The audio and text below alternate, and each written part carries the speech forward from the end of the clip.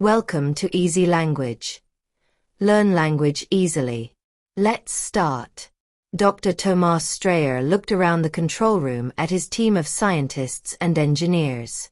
He was excited and frightened, but he tried to seem calm. In a few minutes, they might start to discover something amazing. How the universe began. He looked out of the window at the beautiful blue summer sky and tried to breathe slowly. Ready, he said. He pressed the first button and the complicated computers and machines came to life. Set, he said. He pressed the second button and switched on the large particle accelerator that lay under the towns and fields of Switzerland. Go, he said. And, at exactly 12 o'clock, he pressed the final button. For a second, he felt as if he was blind, because everything went completely black. Tomas shouted in shock, but the lights were already on again. That was not part of his plan. He had no idea what had just happened. Everybody, check the systems, he ordered. But nothing seemed to be wrong with them. The particle accelerator was working perfectly.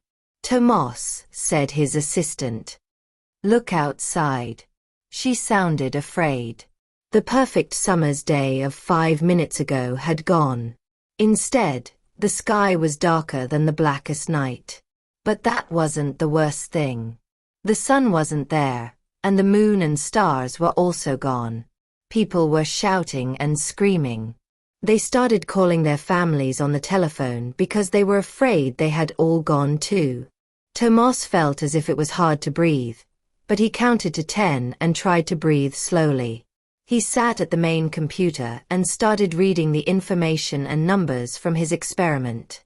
But he couldn't find anything to explain what was happening. He ran out of the exit with the rest of his team until they were all outside the building. Everyone else in the building was outside, frightened and confused. They were using the screens and lights on their mobile phones to see better. Several people got in their cars and turned on the lights. They drove to the entrance to make a small area of light for everybody to stand together. The streetlights turned on, but most people were still afraid. Then, almost 20 minutes after Tomas had started the particle accelerator, the sun was in the sky again.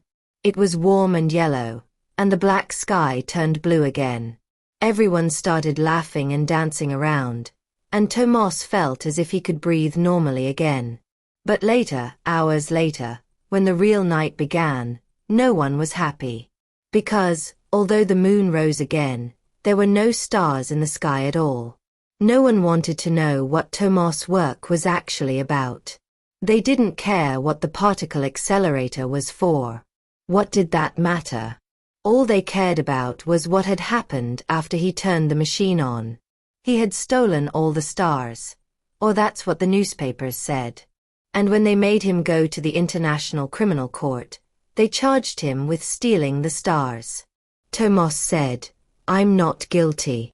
"Well, if you didn't steal the stars, Dr. Streyer," said the lawyer for the prosecution, "what did you do?" "If you're asking about my work," said Tomas, "we didn't do anything. We showed that the machine was working, that's all. Taking the stars from the sky seems like nothing to you?" The lawyer looked around at the people in the court. No one here would think it's nothing. No one in the world would think it's nothing. "That's not what I meant," said Tomas. "But I can tell you this. When the machine started, there were suddenly no photons in the test room." "What? Photons? We aren't all scientists here. Speak simple English, Dr. Streyer." "Light," said Tomas. For just a moment it was as if there was no light in our laboratory. Then we saw it was also dark outside. Until the light became normal again. Normal, Dr. Streyer? It wasn't normal when... The lawyer checked his notes. The sun went out for exactly 16 minutes and 40 seconds. Perhaps we can say the rest of the day was normal. But the night hasn't been normal ever since, has it? Tomas looked sad. "I know. But you must believe me. I didn't do anything that could have taken the stars from the sky. So are you saying you didn't steal the stars from us? Said the lawyer. No, I didn't steal them, Tomas said. You just made it so that we can't see them anymore. After a long pause, Tomas spoke. Yes, he said. How is that any different? The lawyer asked. Tomas didn't have an answer, not one anyone would understand anyway.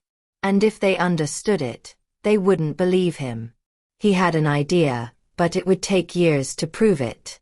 Instead, he changed his mind and said, I'm guilty. Now the world could blame someone for what it had lost.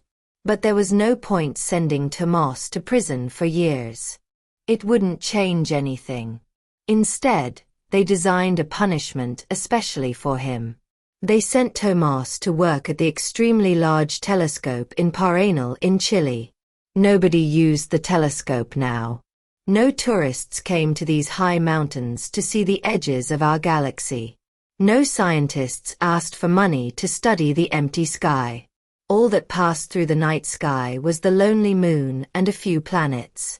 Looking up made people feel bad.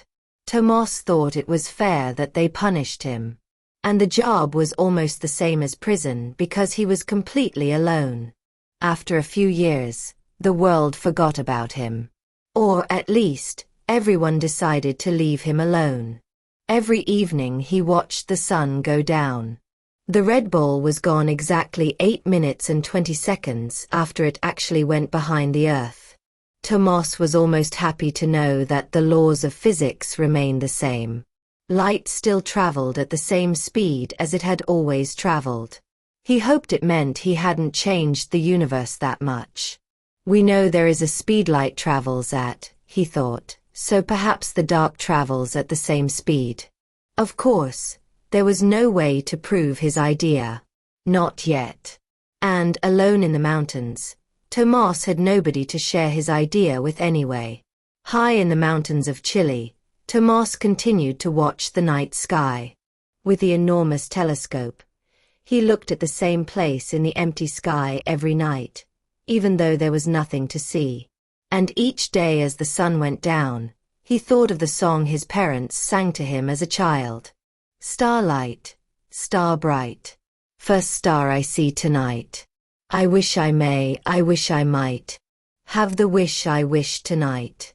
For 1,596 black nights, nearly 4.5 years, there was no change to the night sky. But that was okay. It didn't mean his idea was wrong. Tomas thought about the darkness he had created. He imagined it like a wave that had passed the sun. Now maybe it was continuing out towards the edge of our galaxy and further, to the stars. It would take 1,596 nights to pass the nearest star. It would take 1,596 more nights for that star's light to come back to Earth. If the wave was real, of course. If his ideas were correct. If he was wrong, the stars were really gone forever. And then one night 1,596 nights later, almost 9 years after that terrible day, Tomas looked up from his telescope.